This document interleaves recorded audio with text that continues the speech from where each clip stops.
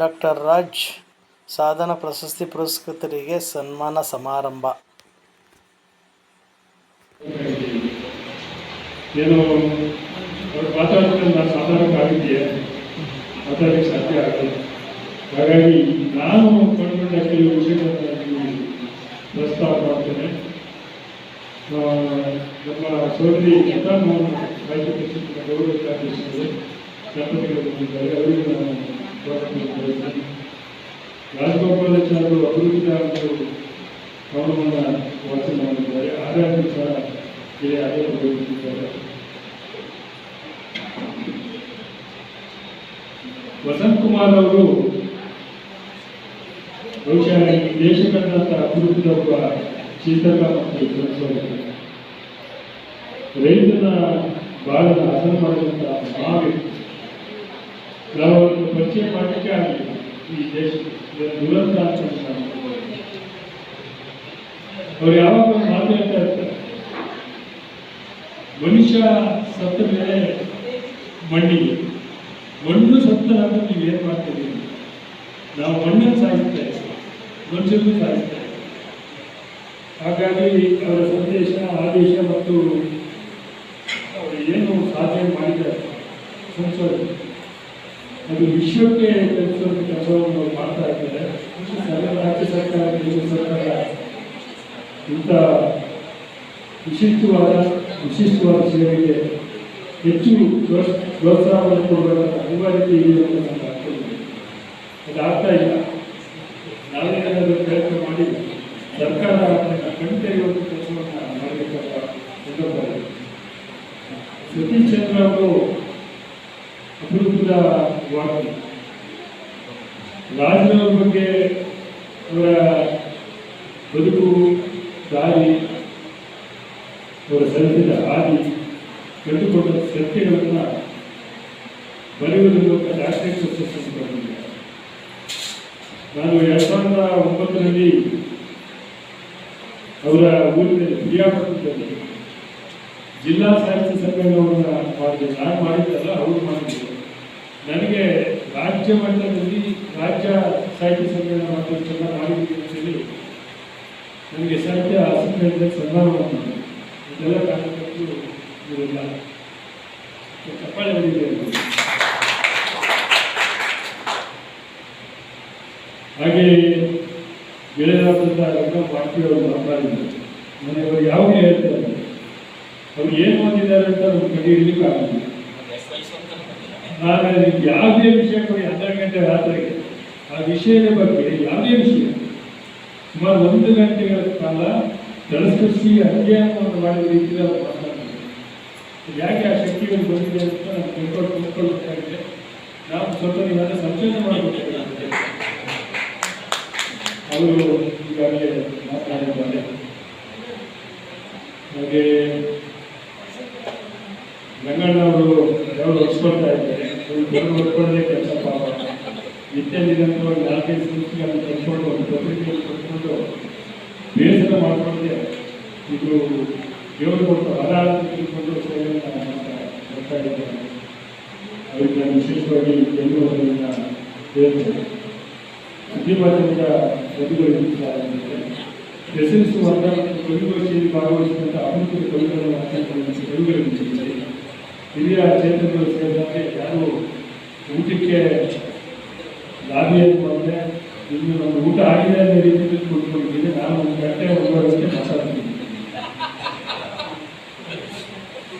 ಏನೇ ಇರಲಿ, ನಾನು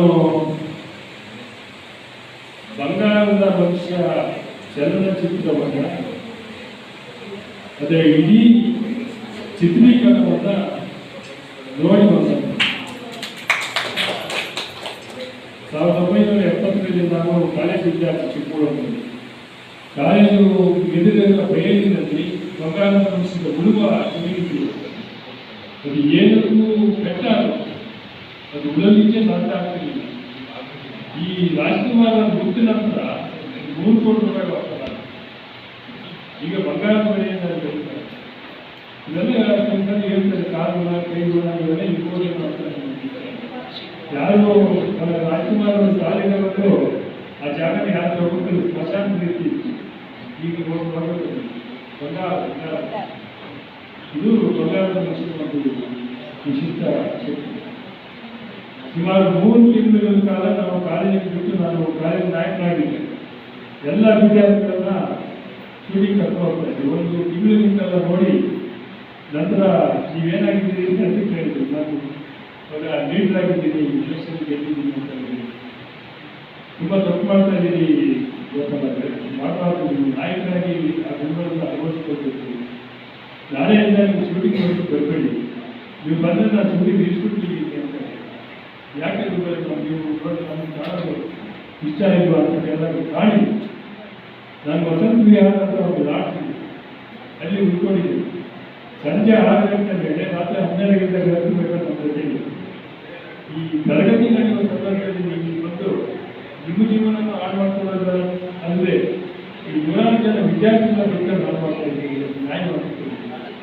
ಆಯಿತು, ತಪ್ಪಾಯಿತು ಅಂತ ಹೇಳಿ ಆ ನಂತರ ನಾವು ವಸಂತ ವಿಹಾರ ಬಗ್ಗೆ ಅದನ್ನು ನೋಡಿ ಗೊತ್ತಾಗುತ್ತೆ. ಇದು ರಾಜಕುಮಾರ ದೊಡ್ಡ ಗುಣ. ಜೀವನ ಚೈತ್ರ ಅಂತ ತಾವೆಲ್ಲ ನೋಡಿದ್ವಿ. ಜೀವನ ಚೈತ್ರದಲ್ಲಿ ಇದು ಶರಾಯಿ ಅಂಗಡಿಯೆಲ್ಲ ಬಂದು ಮಾಡುವ ಸಂದರ್ಭದಲ್ಲಿ ಗುರುವಾದವರು ಆ ಚೀನ ತೆಗೆದು ನೀವು ಅದರಲ್ಲಿ ಅದನ್ನು ಆರ್ಥಿಕ ಮಾಡಬಾರ್ದು ಅಂತ ಹೇಳಿದಾಗ ರಾಜಕುಮಾರ್ ಅವರು ಮಾತಾಡ್ತಾರೆ. ನಾನು ಜಾತಿ ಜನಾಂಗದ ವ್ಯಕ್ತಿಯಾಗಿ ಅಲ್ಲಿ ನಾನು ಕಲಾವಿದನಾಗಿ ಮಾಡಿದ್ದೀನಿ. ನಿಮ್ಮ ನೆಂಟ ಜಾತಿ ಬಂದು ಬರಬೇಕಾಗಿ ಮಾಡಿಲ್ಲ. ನೀವು ಮುಂದಿನ ಸಾರಿ ನಾನು ಇದನ್ನು ತೆಗೆದಿದೆ ಅಂದರೆ ತೆಗೆದಿದ್ದೇನೆ, ಮುಂದೆ ಇನ್ನು ನಾನು ಮುಂದಿನ ಸಂದರ್ಭದಲ್ಲಿ ನಟನೆಯನ್ನು ಮಾಡುವುದಿಲ್ಲ ಅಂತ ಹೇಳಿ ಎಲ್ಲ ಬಾಯಿ ಮುಚ್ಚಿಕೊಂಡು ಇದು ರಾಜ್ಕುಮಾರ್. ರಾಜ್ಕುಮಾರ್ ಹೇಗೆ ನನಗೆ ವಿಶೇಷವಾಗಿ ಅನಿಸ್ತಾರೆ ಅಂತಂದರೆ ಅವರು ನಟನೆ ಮತ್ತು ನಟರಾಜ ಯೋಗದಲ್ಲಿ ವಿಶೇಷವಾದ ಅಧ್ಯಯನವನ್ನು ಮಾಡಿ ಬೇರೆಯವರಿಗೆ ಯೋಗವನ್ನು ಹೇಳಿಕೊಡುವಂಥ ಗುರುಗಳಾಗಿರ್ತಾರೆ ಯೋಗಿ ರಾಜ. ಸಂಗೀತದಲ್ಲಿ ನಮ್ಮೆಲ್ಲರನ್ನ ಇನ್ನೂ ಆ ಸಂಗೀತವನ್ನು ಕೇಳಿಕೊಂಡು ಇನ್ನೂ ಆ ಗಾಯನದ ಸ್ಥಿತಿಯನ್ನು ಹೊರಗಡೆ ಬರಬೇಕಾಗಿದೆ ಸಂಗೀತರಾಗ. ಇನ್ನೊಂದು ವಿಶೇಷ ಅಂತಂದರೆ ಸುಮಾರು 2500 ಅವರ ಅಭಿಮಾನ ಸಂಘಗಳಿದ್ದರು. ಅವರೆಲ್ಲ ಬ್ಯಾನರ್ ಹಾಕೊಂಡು ಕುಳಿತಾ ಇದ್ದರೆ ರಾಜ್ಕುಮಾರ್ ಅವರೆಲ್ಲರೂ ಮಾತಾಡ್ತೀವಿ, ನಾಳೆಯಿಂದ ಇದೆಲ್ಲ ನಿಲ್ಲಿಸ್ಬಿಟ್ಟು ನೀವು ನನಗೋಸ್ಕರ ಒಂದು ಕೆಲಸ ಮಾಡಬೇಕು.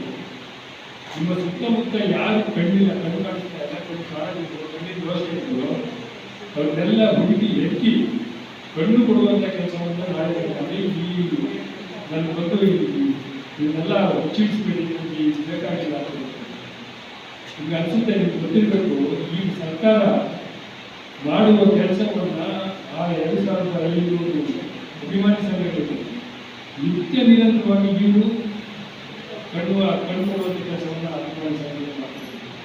ಇದೊಂದು ದೊಡ್ಡ ತ್ಯಾಗದ ಕೆಲಸ. ಹಾಗೆ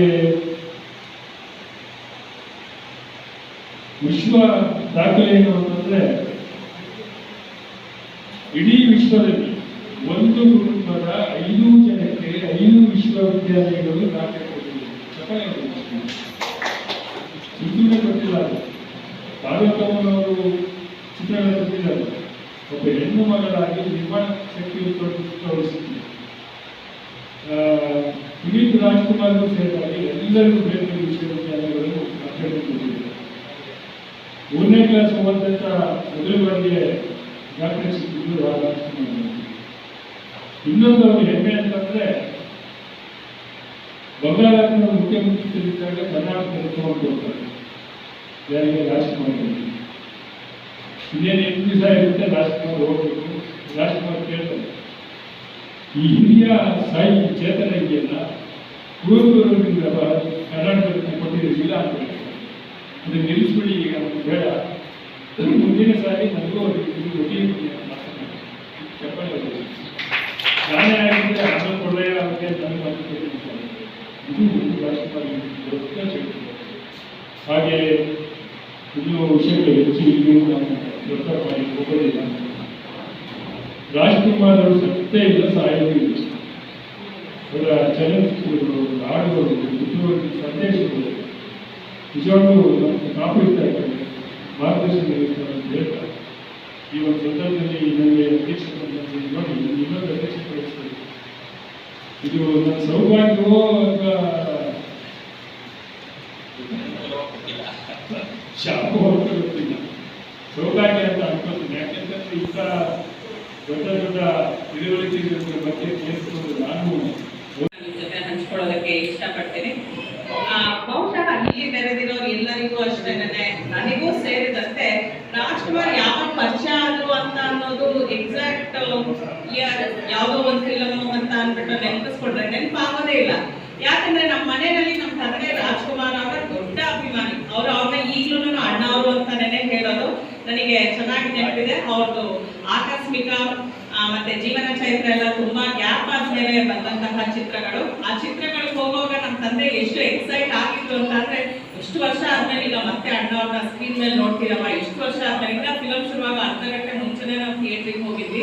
ಅಲ್ಲಿ ಥಿಯೇಟರ್ ಹಿಂಭಾಗಕ್ಕೆ ಟಿಕೆಟ್ ಎಲ್ಲ ತಗೊಂಡಾಗಿತ್ತು, ಥಿಯೇಟರ್ ಹಿಂಭಾಗಕ್ಕೆ ಹೋಗಿದ್ವಿ. ಕ್ಲೈಮ್ಯಾಕ್ಸ್ ಅದು ಸೌಂಡ್ ಎಲ್ಲ ಆಚೆ ಕೇಳಿಸ್ತಾ ಇತ್ತು, ಅವ್ರದ್ದು ಧ್ವನಿ ಕೂಡ ಕೇಳಿಸ್ತಾ ಇತ್ತು. ನಮ್ಮ ತಂದೆ ಅಲ್ಲಿ ನಿಂತ್ಕೊಂಡು ಎಷ್ಟು ವರ್ಷ ಆಗಿತ್ತು ಗೊತ್ತಾ ಸ್ಕ್ರೀನ್ ಮೇಲೆ ಹೀಗೆ ರಾಜ್ಕುಮಾರ್ದು ಧ್ವನಿ ಕೇಳಿ ಅಂತ ಅಂದ್ಬಿಟ್ಟು, ಅಷ್ಟು ಅವರು ಒಂದ್ ರೀತಿ ಅವರ ಉತ್ಸುಕತೆನ ನಾವು ನೋಡಿ ನಾವು ನಗ್ತಾ ಇದ್ವಿ, ಏನನ್ನ ಹಿಂಗ ಆಗ್ತಾ ಇದೆಯಾ ಇಷ್ಟೊಂದು ಅಂತ ಅಂದ್ಬಿಟ್ಟು.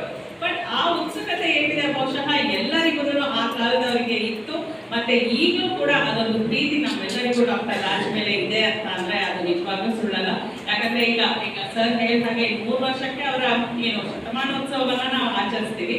ಬಟ್ ಈಗಲೂ ಕೂಡ ಅವರು ಗತಿಸಿನೇ ಎಷ್ಟೋ ವರ್ಷಗಳಾಗಿದೆ. ಆದ್ರೆ ಈಗಲೂ ಕೂಡ ಏಪ್ರಿಲ್ ಬಂತು ಅಂತ ಅಂದ್ರೆ ಅವರ ಹುಟ್ಟಿದ ದಿನ ನೆನಪಾಗತ್ತೆ ನಮ್ಗೆ, ನಮ್ಮನ್ನ ಅಗಲಿದ ದಿನ ನೆನಪಾಗತ್ತೆ, ದುಃಖ ಆಗತ್ತೆ.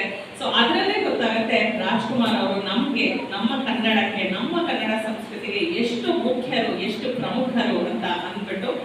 ಈಗ ಸರ್ ಹೇಳಿದ್ರು ರಾಜ್ಕುಮಾರ್ ಅಂತ ಅಂದಿದ ತಕ್ಷಣ ಅವರೊಬ್ರು ನಟ ಅಷ್ಟೇ ಅಲ್ಲ, ಸೊ ಅವರೊಂದು ಸಂಸ್ಕೃತಿ, ನಮ್ಮ ಕನ್ನಡ ನಾಡಿನ ಸಂಸ್ಕೃತಿ ಅಂತ ಅಂದಿದ ತಕ್ಷಣ ರಾಜ್ ಅವರು ಅವಿನಾಭಾವವಾಗಿ ನಮ್ಗೆ ಕನ್ನಡ ಸಂಸ್ಕೃತಿ ಜೊತೆ ನೆನಪಾಗ್ತಾರೆ ಅಂತ ಅನ್ನೋದು ಅವರ ಹೆಗ್ಗಳಿಕೆ ಅಂತ ಅನ್ನೋದು ನಿಜವಾಗ್ಲು ಅದು ಯಾರನ್ನು ಅಲ್ಲಗಳೆಯೋದಕ್ಕೆ ಆಗಲ್ಲ ಅಂತ ಅಂದ್ಬಿಟ್ಟು ಅನ್ಕೊಳ್ತೀನಿ.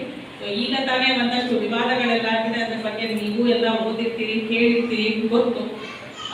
ಒಬ್ಬ ಮನುಷ್ಯ ಅಂದ್ರೆ ಅಪಕ್ವವಾದ ಒಬ್ಬ ವಿಚಾರವಾದಿ ತಲೆಗೆ ಬಂದಿದ್ದನ್ನ, ಬಾಯಿಗೆ ಬಂದಿದ್ದನ್ನ ಹೇಳಿದಾಗ ರಾಜ್ಕುಮಾರ್ ಬಗ್ಗೆ ಹೆಚ್ಚು ವಿಷಯ ಗೊತ್ತಿಲ್ಲದೆ ಇರುವಂತಹ ಇಂದಿನ ಜನರೇಷನ್ ಅವರಿಗೂ ಕೂಡ ಇವ್ರು ಏನೋ ತಪ್ಪಾಗಿ ಮಾತಾಡ್ತಾ ಇದ್ದಾರೆ ಅಂತ ಅನ್ನೋದಂತೂ ಬಹುಶಃ ಎಲ್ಲರಿಗೂ ಚೆನ್ನಾಗಿ ಗೊತ್ತಾಗ್ಬಿಟ್ಟು ಎಲ್ಲರಿಗೂ ಬಹಳ ಸಿಟ್ಟು ಬಂತು.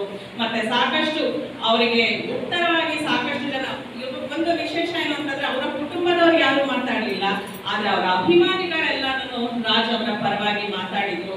ಸೊ ಆ ಅಪಕ್ವ ವಿಚಾರವಾದಿಗೆ ಸರಿಯಾದ ಒಂದೇನು ಮಾತಿನ ಏಟುಗಳನ್ನ ಕೊಟ್ರು. ಅದರಲ್ಲೇ ಗೊತ್ತಾಗುತ್ತೆ ರಾಜ್ಕುಮಾರ್ ಅವರು ಅದೊಂದು ಕುಟುಂಬಕ್ಕೆ ಸೇರಿದವರಲ್ಲ, ನಮ್ಮ ಇಡೀ ಕರ್ನಾಟಕಕ್ಕೆ ಸೇರಿದವರು ಅಂತ ಅನ್ನೋದು ನಮ್ಗೆಲ್ಲರಿಗೂ ಚೆನ್ನಾಗಿ ಗೊತ್ತಾಗುತ್ತೆ.